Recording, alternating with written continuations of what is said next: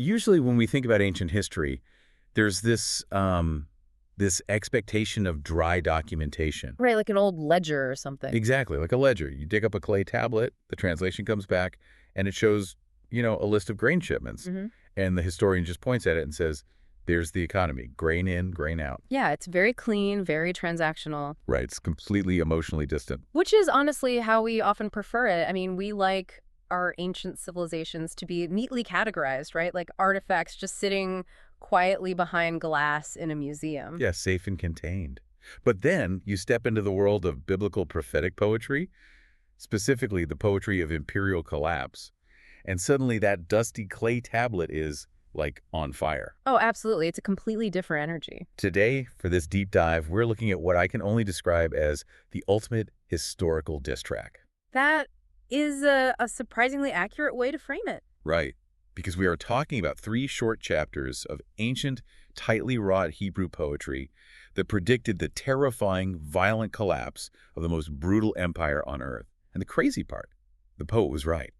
We are diving deep into the Book of Nahum. And Nahum is a text that, it flies under the radar for a lot of people. Oh, for sure. Why do you think that is? Well, primarily because it's only 3 chapters long. It's nestled in the Minor Prophets, and its imagery is so intensely martial, so unyielding, that it can actually be deeply uncomfortable to read for a modern audience. Yeah, it pulls 0 punches. None at all. But this isn't just some ancient religious text.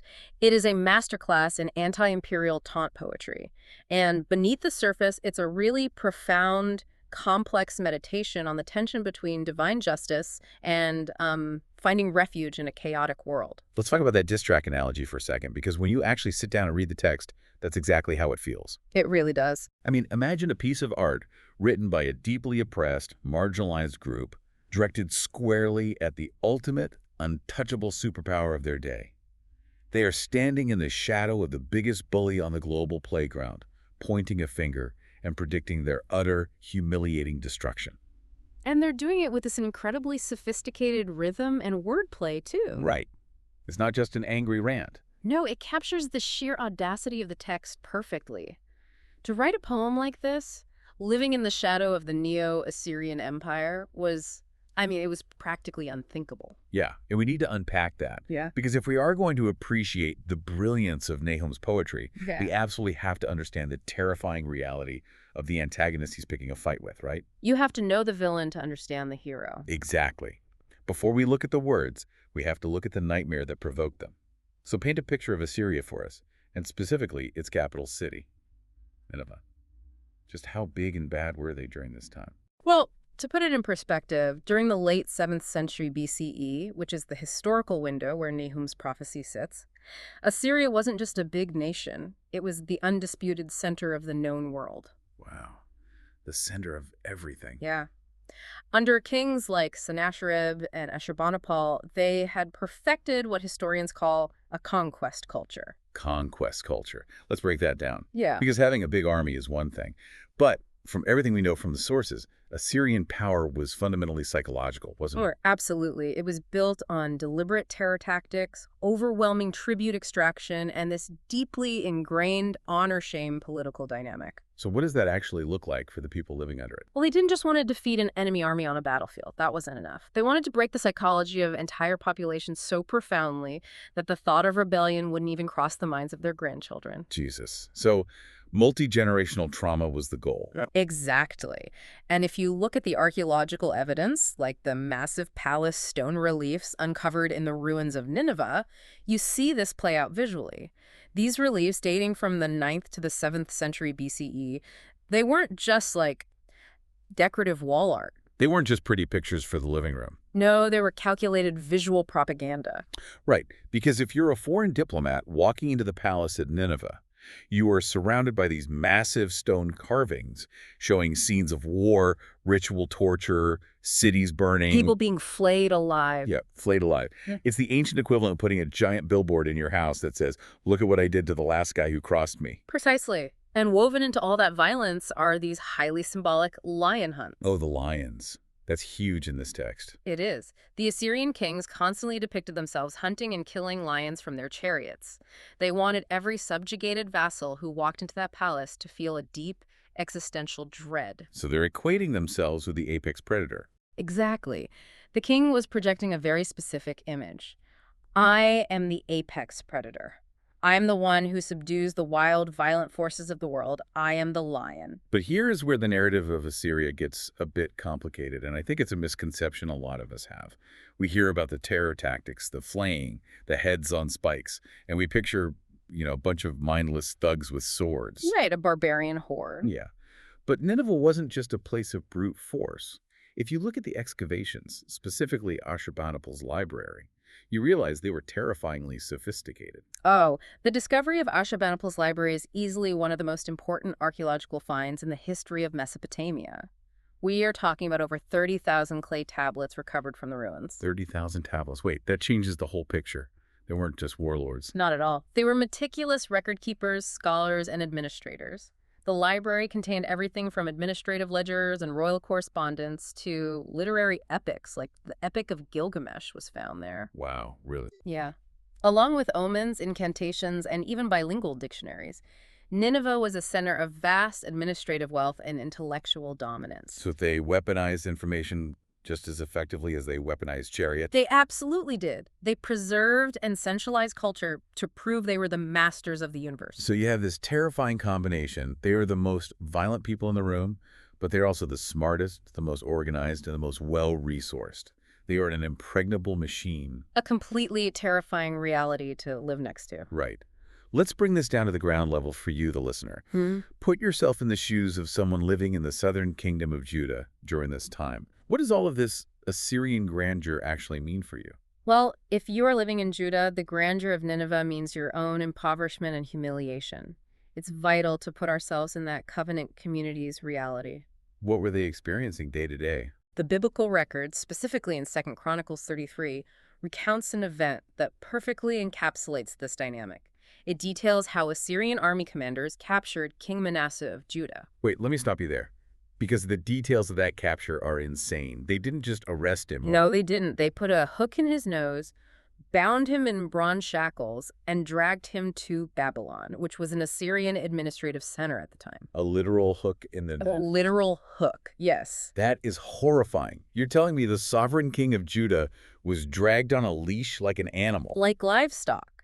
And that is the honor-shame culture operating at its absolute peak. It is a highly public, deeply visceral humiliation of a nation's leader. It's meant to send a message. Exactly. It's a broadcast to the entire region that Judah's sovereignty is a joke, and that Judah's God is apparently powerless to stop the Assyrian war machine. So if you're the average person in Judah, paying exorbitant taxes just to keep the Assyrian army from burning your village, the words of Nahum hit completely differently. Oh, completely. When Nahum mentions the rod of Assyria, that wasn't some abstract poetic metaphor. It was a suffocating daily reality. It was an economic and political stranglehold. The agricultural wealth of Judah was constantly being siphoned out and sent to Nineveh to fund those beautiful palaces and libraries we just talked about. Your hard work paid for the stone reliefs of the king who put a hook in your leader's nose. That's the reality. And beyond the economics, the social world was marked by profound theological confusion. How so? Well, if you are a Judean looking at Assyria's wealth and power, the inescapable question is their God, Assur, stronger than YHWH? Has the God of Israel simply abandoned us to this meat grinder of an empire? Man, that is the perfect setup for the text itself. We have our antagonist, a seemingly invincible, highly intelligent, brutally violent fortress.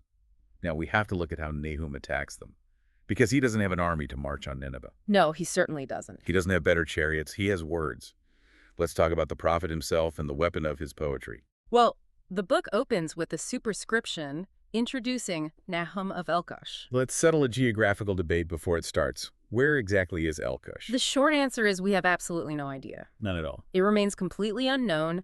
There are, traditions placing it in Judah, some in Galilee, and there's even a much later tradition claiming a tomb exists in Elkosh in modern-day Iraq. Okay. But historically and archaeologically, it's a dead end.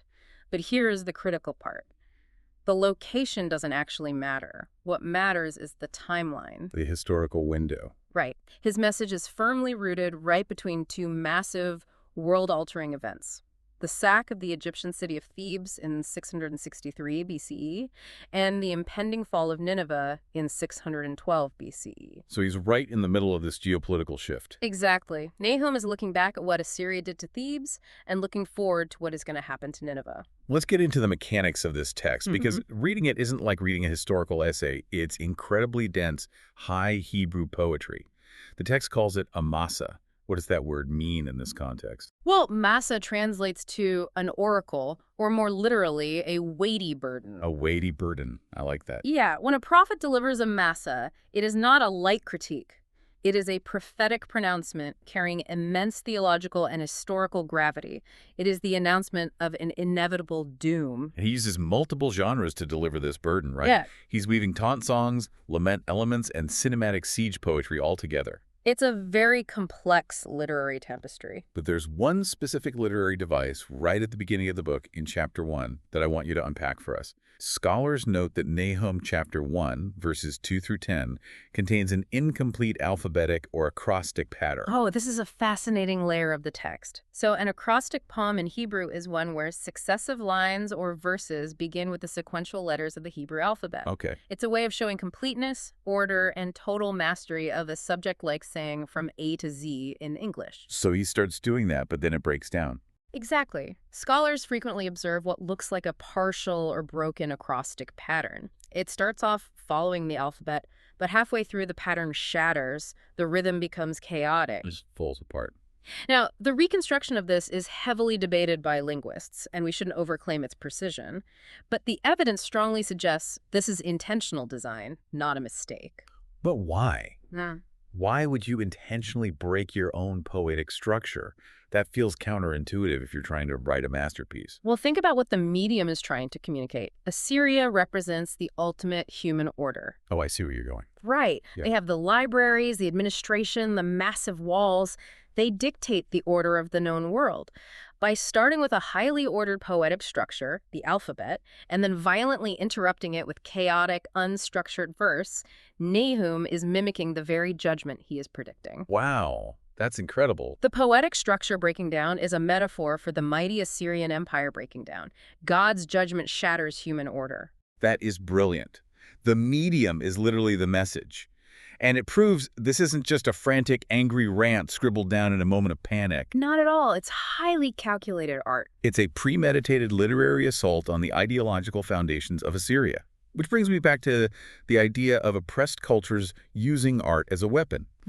If you are enslaved or marginalized and you can't beat the oppressor's army on the battlefield, what do? You attack their narrative. Exactly. You dismantle their aura of invincibility in the cultural imagination. You turn their invincibility into a joke. You reclaim power by controlling the narrative. And that is exactly the sociological function of this poetry. By using taunt songs, vivid personification, and dark satire, Nahum is actively stripping Assyria of its dignity. He's taking their power away. He is reclaiming psychological and theological power for Judah. He's telling his people, do not be mesmerized by their walls, do not be terrified by their stone lions, they are hollow and they are already doomed. So let's open the book itself and see how Nahum builds this case. We've set the literary stage, but when you look at chapter 1, he doesn't actually begin by attacking Assyria directly. No, he doesn't. He begins by defining who God is. And this section is arguably the hardest part for a modern reader to digest. Let's talk about the dual character of God, and specifically this deeply uncomfortable word, jealousy. Right. The opening verses, Nahum chapter 1, verses 1 through 8, are the theological foundation for the entire book. It sets the baseline. If you don't understand Nahum's theology of God, you cannot understand his critique of empire. And you are right, the opening descriptions are incredibly jarring for us today. The text describes YHWH as jealous and avenging. The Hebrew words are quano for jealous and nukum or naquam for avenging. Yes. I have to play the skeptic here because if a friend comes to me and describes someone as jealous and avenging, those are massive red flags. Oh, huge red flags. I'm thinking of a toxic relationship. Someone who is erratic, vindictive, petty, going through your phone. How on earth do we separate this ancient description of God from our modern understanding of toxic human anger? It is the single most important question a modern reader can ask when approaching this text. We absolutely have to deconstruct these terms because our modern English baggage totally distorts the ancient Hebrew reality. Okay, let's unpack it. Let's start with Quano jealous. Nahum is not talking about petty emotion, insecurity, or a fragile ego. The best way to understand Quano is as covenant zeal. Covenant seal. Break that down for me. What does that mean? Well, the central metaphor for God's relationship with his people in the Hebrew Bible is a marriage covenant. Now think about a healthy, committed marriage. If a spouse is completely indifferent to the infidelity, abuse, or profound suffering of their partner, we wouldn't call that love. No, definitely not. We would call that apathy. Apathy is the opposite of love. Right. If someone is hurting your spouse and you just shrug your shoulders, there's something deeply wrong with you. Exactly. God's jealousy is his fierce, unwavering, passionate commitment to his covenant relationship. It is his refusal to be apathetic toward the suffering of his people. Oh, that makes so much more sense. He is not indifferent to the fact that Assyria has a hook in Judah's nose. His jealousy is the engine of his protective love. He is fiercely committed to making things right. Okay, that reframes jealousy from insecurity to intense protection. But what about Nukam avenging? Because even if the motivation is protective love, vengeance still sounds like a cosmic temper tantrum. Yeah. It sounds like a drive-by shooting, not a courtroom. And that's another place where we project human flaws onto the divine text. When we seek vengeance, it is almost always tainted by selfishness, lack of proportion, and blind rage. We usually just lash it out. Right.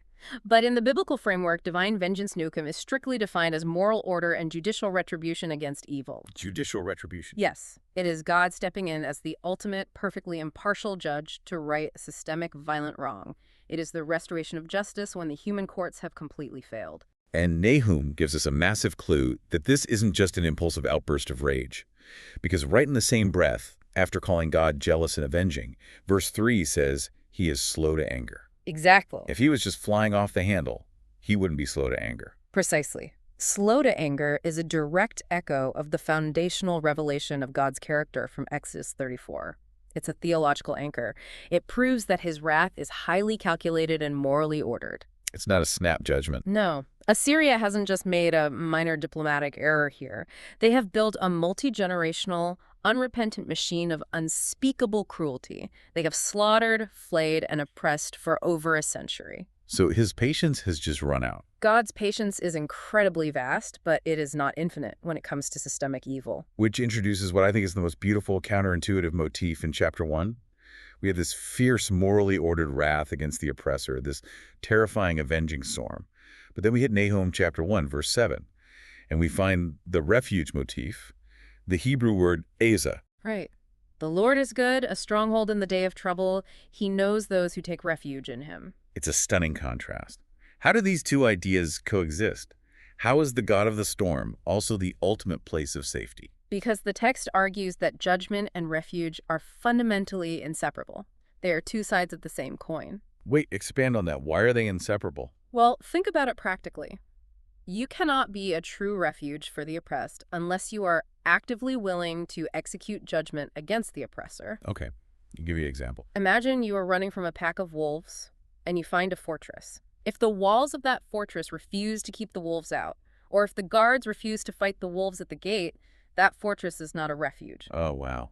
It's just a trap. It's just a trap where the wolves can corner you. For God to be a true Asa, a true stronghold for Judah, he must be willing to destroy the Assyrian wolves at the gate. That is a powerful image. His vengeance against Nineveh is the very mechanism of his protection for Judah. His justice is how he loves the oppressed. That completely flips our modern discomfort on its head. Today, we often want a God of pure, unconditional love without any concept of judgment. We want the warm, fuzzy deity. You really do. But Nahum is arguing that a God without judgment is a God without justice. And love without justice is totally toothless. It can't actually protect the victim. Exactly. It's political theology under the framework of a covenant. God judges wicked power so that he can provide a safe harbor for the broken. And once that's established... Right. Once Nahum establishes this, the judge of the universe is morally perfect, slow to anger, but fiercely protective, he is finally ready to turn his attention to the target. He shifts the focus. Once we know who is judging, the prophetic camera pans directly from the courtroom of heaven to the future battlefield. And chapter 2 is where the action movie starts. Cinematic siege poetry is the best way to describe chapter 2. It is incredibly visual, frantic, and overwhelming. It really is. When you read the imagery, it feels like the script for a fast-paced battle sequence. You can almost see the quick cuts. Yeah. You have the defenders frantically running around, commanded to guard the ramparts, to watch the road, to brace themselves. But the narrator already knows it's entirely useless. It's a futile defense. The imagery is just flashing red shields, chariots darting like lightning through the streets, the river gates bursting open, the palace literally melting in panic. Yeah. You can almost hear the shouting and the sheer terror of this untouchable villain, realizing that their fortress is coming down around their ears. The language is deliberately designed to overwhelm the senses, mirroring the exact chaos of a city falling. Nahum is using alliteration and staccato rhythms in the Hebrew to make the poem sound like the clatter of chariot wheels and cracking whips. That auditory layer just adds so much intensity. It does. But nestled right within this cinematic chaos is one of the most brilliant literary subversions in the entire biblical text. It's the lion's den taunt in Nahum chapter 2, verses 11 through 13. Okay, we have to spend some time here, because this ties directly back to what we discussed in the beginning about Assyrian propaganda. We talked about those massive stone reliefs in Nineveh, where the kings are ritualistically hunting lions to project themselves as the ultimate predators. How does Nahum use that imagery against them? Assyria had built an entire imperial identity around the lion. It was the symbol of their unapologetic predation. They were the lions, the rest of the world was their prey. Right, they devour everyone else. Exactly. They devoured nations to feed their cubs, meaning to enrich their capital and their citizens. But in these verses, Nahum violently subverts their favorite propaganda tool. Although, He asks a haunting, taunting question. Where is the lion's den, the feeding place of the young lions, where the lion and lioness went, where his cubs were, with none to make them afraid? he's looking at the smoking ruins of their empire, essentially saying, "Where are your lions now? I thought you were the apex predators." It's a complete, humiliating role reversal. He describes the lion as having his prey torn from his mouth. The predator has become the prey. The hunter is now the hunted. That is brutal. And the ultimate devastating blow comes at the very end of chapter 2, where God himself speaks directly to the empire and declares 4 terrifying words. Behold, I am against you. I am against you. If you are an ancient empire, those are the last words you ever want to hear from the sovereign of the universe. Absolutely. Because when God declares himself your enemy, your thick walls, your flashing chariots, your 30,000 clay tablets, they are completely irrelevant. Completely irrelevant. And this brings up a crucial concept for understanding how the prophets view human structures. Yeah. It's often referred to as the theology of anthropology. Okay, break that down. What does the theology of anthropology mean in the context of lions and falling empires? Well, it refers to the biblical understanding of human nature and how it scales up into national structures. The fundamental premise is that humans and nations are morally accountable to a creator. Okay, that makes sense. But more specifically, it highlights a fatal flaw in human empires. They inevitably deceive themselves. When an empire becomes predatory, it creates an ideological echo chamber. They start believing their own hype. Precisely. It convinces itself that its predatory violence is not only justified, but that its military success is proof of its divine right to rule forever. They think, we are the lion, so we must be untouchable. Exactly. They mistake military supremacy for ontological permanence. They think might makes right. And Nahum's theology strips away that delusion entirely. It exposes it as a lie. It argues that an empire is judged not merely because it possesses power, but because it uses that power for predation and exploitation. When a nation operates like a ravenous beast, devouring the weak to feed its own insatiable appetite, it deeply offends the moral order of God. And God won't let that stand forever. No. God will inevitably step in to dismantle it. So physical destruction is one thing, the walls falling, the gates bursting. But as we move into chapter 3, Nahum takes the knife and twists it. He really does. It's not just about the loss of military power anymore. It's about the complete moral exposure and permanent, undeniable shaming of the empire. Chapter 3 intensifies the case against Nineveh by introducing the famous woe to the bloody city formula. The physical violence of the empire is no longer just listed as a crime on a ledger.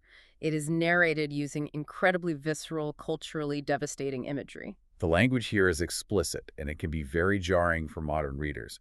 Nahum portrays Nineveh almost as a shamed, stripped, sexually exposed woman, specifically a prostitute whose deceits are being laid bare before the nations. It's heavy, difficult language. Why did Nahum choose this specific, highly provocative honor-shame rhetoric? Why was it so devastating in the context of the ancient Near East? We have to remember the cultural currency of the ancient Near East. Honor was everything. It was more valuable than gold. It was life or death, socially. Yes. Assyria had built its entire geopolitical identity on humiliating others, stripping nations of their dignity, parading their captured kings naked, putting hooks in their noses. What Nahum is doing here is applying the uncompromising law of reciprocal justice. So the great humiliator is about to be publicly humiliated. Exactly. The punishment perfectly mirrors the crime. Okay. The imagery of stripping away the skirts is a metaphor for exposing the truth. Nineveh projected an image of beautiful, untouchable invincibility. Nahum is saying, God is going to strip away your propaganda, and the whole world is going to see you for what you truly are, vulnerable, weak, and corrupt. It's the theology of ultimate humiliation for the violent proud. And Nahum doesn't just rely on poetic metaphors, he leverages a devastating historical precedent to drive the final nail in the coffin. Oh, this is the best part. This is the historical mic drop moment of the book. In chapter 3, verse 8, Nahum asks Nineveh a direct question. Are you better than Thebes? Or, no Ammon, as it's called in the text. Right. Walk us through the historical context of that question. Why is bringing up Thebes such a lethal rhetorical move? Well, Thebes was a magnificent, incredibly wealthy city in Upper Egypt, situated right on the Nile River. It was the center of worship for the god Amun-Ra. So it was a powerhouse. A massive powerhouse. It was heavily fortified, surrounded by water, and possessed immense military alliances. It seemed completely impenetrable. Yet, in 663 BCE, who sacked Thebes? Assyria did. Ashurbanipal marched in and burned it to the ground. Exactly. Assyria was the one who destroyed this seemingly impregnable fortress.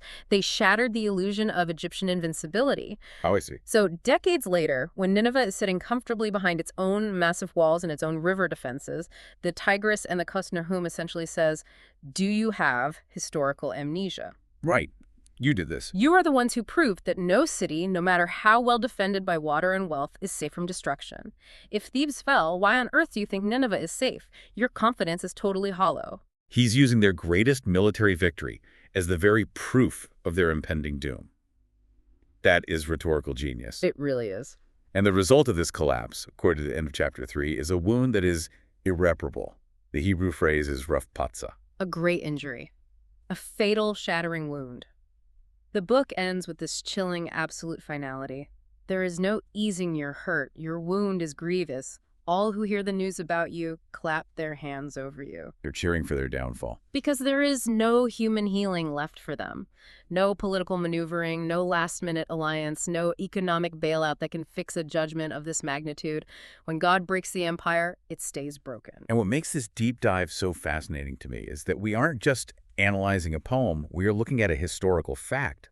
We actually have physical, tangible proof that Nahum wasn't just speaking metaphorically about this destruction. We do. Archaeology has confirmed the exact fiery end that Nahum predicted. It has. The archaeological excavations at the ruins of Nineveh, specifically the mounds of Kuunjik and Nebi Yunus, reveal something staggering. Beneath the layers of dirt, archaeologists found an extensive, undeniably massive ash layer. An ash layer. So when Nahum predicted fire devouring them and the palace melting, we literally have the scorched earth to prove it. Yes, we do. This ash layer dates precisely to 612 BCE, the exact year the alliance of the Babylonians and the Medes finally breached the walls of Nineveh and burned it to the ground. Wow. The ash layer is thick, indicating an incredibly intense, catastrophic conflagration. It wasn't just a minor skirmish. They burned the untouchable city to ashes. And Nineveh never recovered. The fatal wound was exactly as Nahum described. After 612 BCE, the site was sporadically occupied by various small groups over the centuries, but it never ever regained its political significance. The most feared empire on the planet was permanently erased from the map of global powers. It became nothing more than layers of ash for archaeologists to meticulously brush off with toothbrushes thousands of years later. It's mind-blowing. Now, to truly grasp the theological depth of what we are looking at, we have to zoom out. We can't just read Nahum in a vacuum as an isolated history lesson. Yeah, we'd miss the bigger picture. We need to see how this book interacts with its canonical neighbors in the Hebrew Bible. And this introduces a massive theological tension. Let's talk about Nahum versus Jonah. This is, without a doubt, one of the most profound theological counterpoints in the entire biblical canon. Nahum is part of the collection known as the 12, or the Minor Prophets, and structurally and theologically, it is in direct dialogue with the Book of Jonah. The contrast is jarring. Let's lay it out for the listener. In the Book of Jonah, you have a prophet who is told to go to Nineveh, the exact same capital city we've been talking about. Same city. Jonah goes, he announces impending divine judgment, and miraculously, the entire city of Nineveh actually repents. From the king down to the livestock, they put on sackcloth. And how does God respond? He shows immense mercy. He relents from sending the destruction. He forgives them. Right. A beautiful picture of boundless grace. But then, you turn a few pages in your Bible, decades pass historically, and you arrive at the Book of Nahum. Nahum is looking at the exact same city. It's the very same one. But by this time, the repentance of Jonah's day is long gone. It was a blip. The imperial violence, the conquest culture, the predatory terror, it has all returned in full force. And Nahum announces irreversible judgment. There is no call to repentance in Nahum. Exactly. There is no second chance, only doom. If I'm reading this casually, I'm deeply confused. It looks like a contradiction. It looks like God is moody. He loves Nineveh in one book, and a few pages later, he decides he hates them and burns them down. Yeah, it can absolutely look that way. How do we reconcile this massive tension? Are we dealing with two different versions of God? It's a completely natural question, but the answer lies in understanding the moral government of God. These two books are not contradictions. They are what theologians call covenantally ordered realities. Okay, moral government of God. Explain what that actually means in plain English. Well, it means that God is not an arbitrary tribal deity who blindly plays favorites. He doesn't just automatically protect Judah because they are Israel and blindly hate Assyria because they are foreigners. He has a standard. Yes. He is the sovereign Lord of all nations, and his rule is based on a consistent moral standard. The moral government of God dictates that he will always respond to genuine repentance with compassion, as he did in Jonah, proving that no nation is so wicked that they are beyond his mercy. But the flip side is also true. Exactly. He will always respond to systemic, unrepentant violence with destruction, as he does in Nahum, proving that no nation is so powerful that they are beyond his justice. So his character hasn't changed. Right. His character hasn't changed between the two books. The posture of Nineveh changed. God's response simply aligns with his perfectly consistent justice. So Jonah and Nahum actually need each other. They desperately need each other to form a complete picture of divine sovereignty. If you only have Jonah, you might conclude that God is infinitely permissive and doesn't actually care about the victims of systemic violence. Like, he just lets the bad guys get away with it if they say sorry once. Right. But if you only have Nahum, you might conclude that God is just a cosmic executioner with no capacity for mercy. Together they show a God who is both infinitely merciful to the contrite and fiercely just against the unrepentant oppressor. And this logic doesn't just stop with Nineveh. This connects to the overarching redemptive historical storyline of the entire Bible, from Genesis all the way to Revelation. There's a term often used here, eschatological reversal, and it's said that Nahum points forward typologically. Yes, those are big concepts. I need you to break both of those terms down for us. Let's start with typology. What does it mean that the fall of Nineveh is a typology? Think of typology like a historical echo. It's an actual historical event in the past that acts as a mold or a blueprint for an even bigger, more ultimate event in the future. Okay. The fall of Nineveh actually happened in 612 BCE. But prophetically, Nineveh becomes a type, a symbol of all arrogant, anti-God human structures that rely on violence and pride. So what happened to them is a preview of what will happen to all corrupt power. Precisely. And that leads to the eschatological reversal. Eschatology is the study of the end of history, the grand finale. Right, how it all wraps up. The eschatological reversal is the ultimate turning of the tables at the end of time, where the oppressed are finally exalted and the wicked empires are permanently dismantled. So the burning of Nineveh is a trailer for the end of the world. Yes. The judgment of Nineveh prefigures the doom of every proud structure in human history. If you read the book of Revelation, specifically chapter 18, it describes the spectacular fiery fall of Babylon. But not the literal Babylon, right? No, in Revelation, Babylon isn't just the literal ancient city. It has become the ultimate symbol of human arrogance, economic exploitation, and systemic evil. The God who shattered the literal Nineveh in 612 BCE is the exact same God who will finally and permanently judge all violent kingdoms at the end of history to establish absolute eternal peace. Nahum is a down payment on that promise. Which brings us perfectly to the ultimate question: contemporary relevance. We've spent this entire deep dive in the ancient Near East, talking about 612 BCE chariots, ash layers, and stone lions. But why does this ancient violent poem matter to you, the listener, right now? How do we bridge the massive gap between Nahum's world and our modern reality? The profound practical theology we can extract from Nahum provides a timeless, piercing critique of what we can call the illusion of invincibility. The illusion of invincibility. If you look around the world today, we are swimming in that illusion, aren't we? Oh, we absolutely are. Nahum critiques modern propagandistic leadership. It critiques the deeply held, almost subconscious human assumption that wealth, technological superiority, massive GDPs, or military might can somehow secure permanent safety or justify the domination of others. We think our modern walls will protect us. Yes. Nahum looks at our towering skyscrapers, our stock markets, and our weapon systems and says, I've seen bigger and I've seen them burn. The book resists both naive optimism, the idea that humans will just eventually build a utopia, and cynical despair, the idea that the bad guys will just rule forever. Let's explore that tension between comfort and warning, because that's really the dual heartbeat of the book. Let's start with the comfort. How is a book filled with so much violent, apocalyptic imagery actually comforting? Well, for the oppressed, for victims of abuse, for those trapped in unjust systems, Nahum is profoundly validating. It boldly declares that God is not blind or indifferent to systemic evil. He actually sees it. When evil appears completely entrenched, when the geopolitical or cultural landscape looks entirely hopeless and the oppressor seems untouchable, Nahum offers a lifeline. It says, God sees the violence, God remembers the victims, and God will act. That is an immense comfort. It means history is not just a meaningless cycle of violence and the bad guys don't get the final word. Exactly. And on the flip side, what is the warning? Yeah. Because if there's comfort for the oppressed, there has to be terror for the oppressor. Oh, definitely. For the powerful, for those who benefit from systems of domination or who exploit others for their own gain, Nahum is a terrifying warning that absolutely no human structure is exempt from divine justice. None.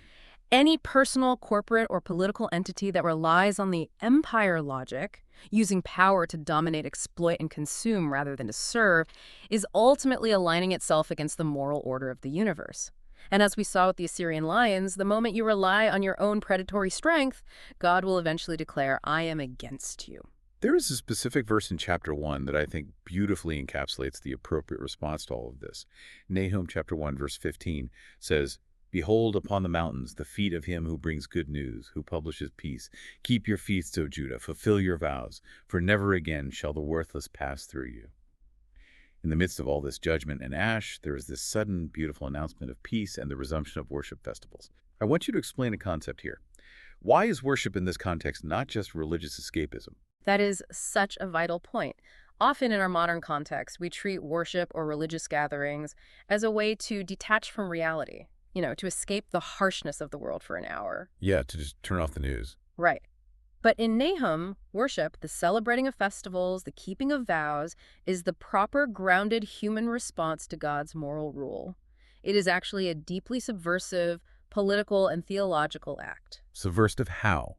Because you are publicly declaring who the true king is. Exactly. When Judah resumes its festivals, they are not hiding from reality. They are making a public declaration. They are saying, Assyria claimed to be the ultimate sovereign of the world. Assyria claimed they controlled our destiny, but Assyria is ashes and YHWH is on the throne. It's an act of defiance. The resumption of worship wasn't just a religious ceremony. It was a visible communal declaration that the empire's claim to absolute power was always a lie. It is the physical manifestation of peace after tyranny. That's beautiful. When the oppressive falls, humanity can finally breathe, and the natural response of a breathing humanity is to worship the God who gave them the air. So as we bring this deep dive to a close, let's distill this massive journey. We started with the terrifying, seemingly unbreakable reign of the Neo-Assyrian Empire, a machine of psychological terror, massive libraries, and brutal subjugation. A true historical nightmare. And we walk through Nahum's masterful, taunting poetry, watching how he used broken acrostics and lion imagery to dismantle their propaganda from the inside out. Step by step. And we dove into the deep theological truths of a God who perfectly balances fierce, morally ordered justice with being a perfect, unwavering refuge for those who trust him. It is an incredibly small book with enormous paradigm-shifting theological density. It removes human empires from the center of history and places God squarely back on the throne. Yeah. And it reminds us that the survival and endurance of the faithful don't rely on adopting the tactics of the empire. We don't need to become the lions to survive. We just need to trust the judge. Regimes fall, walls crumble, but God's justice remains. And that leads to a provocative final thought I want to leave you, the listener, with today. At the beginning of this conversation, we talked about Nahum as an ancient diss track, a piece of poetry directed at the ultimate superpower, predicting its absolute downfall. And it was true. The haunting reality is that Nahum was right.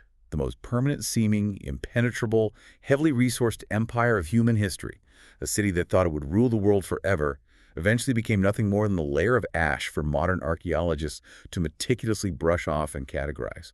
The massive walls fell. The proud stone lions were silenced. The invincible city died. It is a staggering historical reality that demands our attention. So looking at our world today and looking critically at your own life, what personal, cultural, or political Ninevehs are you trusting in? What systems, bank accounts, ideologies, or power structures are you secretly assuming will last forever? This ancient, fiery poem proves that ultimate sovereignty belongs to God alone. Think about the modern clay tablets you are relying on and ask yourself, what is your plan for when they catch fire?